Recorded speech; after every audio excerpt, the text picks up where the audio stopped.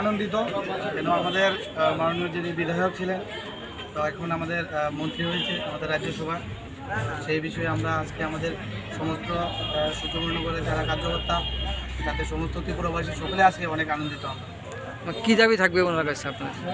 আমাদের তো মূল যে দাবি, আমাদের এখন মন্ত্রী হয়েছেন, প্রথমে যখন বিধায়ক ছিল তখনও আমরা দাবি রাখতাম, এখন আরও দাবি রাখবো।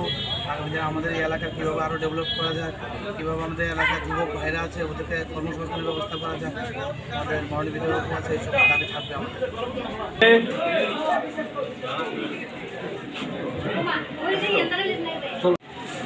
এবং সবার জন্যে ত্রিপুরা রাজ্যের সমস্ত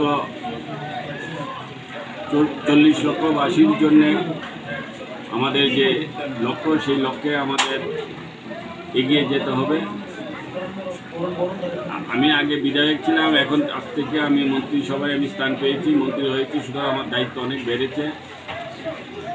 সেই দায়িত্ব পালন করার চ্যালেঞ্জ এবং কঠিন বিষয়, তো সেটাই আমরা আমার দৃঢ় বিশ্বাস যে আমি দল আমাকে যে বিশ্বাস করে দায়িত্ব দিয়েছে, জনতার যে আশীর্বাদ নিয়ে আমি আজকে মন্ত্রিসভায় স্থান পেয়েছি, সেটা আমি অক্ষরে অক্ষরে পালন করব, জনতার স্বার্থে কাজ করব, সঠিক পদক্ষেপ নেব, জনতার সেবক হিসাবে জীবনের শেষ দিন অবধি কাজ করে যাব।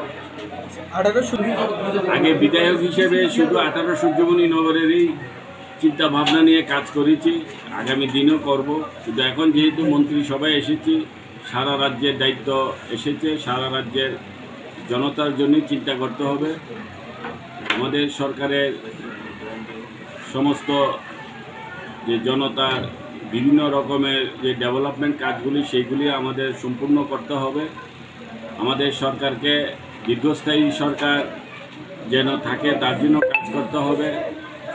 জনতার দীর্ঘদিনের যে সমস্যা, বাম আমলের 25 বৎসরের যে দীর্ঘদিনের যে জনতার যে দুঃখ দুর্দশা, যে জনতার সাথে যে অন্যায় অবিচার হয়েছিল, সেইগুলি যেন ভুলে গিয়ে এই রাজ্যের মানুষ আগামী দিন যেন সঠিকভাবে এই রাজ্যের মধ্যে সম্মান নিয়ে বাঁচতে পারে, প্রকৃত গণতন্ত্র উপায়ে সবাই যেন এই রাজ্যের মধ্যে বাস করতে পারে, সেই প্রতিষ্ঠা করতে হবে আমাদের। সেটাই আমাদের আগামী দিনের মূল চ্যালেঞ্জ এবং লক্ষ্য। ত্রিপুরাতে একটা নতুন দল এসেছে, দল তো অনেকে গিয়েছে, বলছে, যেটা আপনারা বলছেন তৃণমূল কংগ্রেস। তৃণমূল কংগ্রেস কোনো নতুন কোনো দল নয় ত্রিপুরাতে, এটা পুরানো দলই। যেদিন থেকে জন্ম হয়েছে সেদিন থেকে ত্রিপুরাতে ওরা কাজ করছে, কিন্তু ওদেরকে ত্রিপুরা রাজ্যের মানুষ গ্রহণ করেনি। 20 বছর আগেও করেনি, আজকেও করেনি, আগামী দিনও করবে না। সুতরাং ওদের ব্যাপারে ত্রিপুরা রাজ্যের মানুষ কোনো প্রকার ইন্টারেস্ট নেই।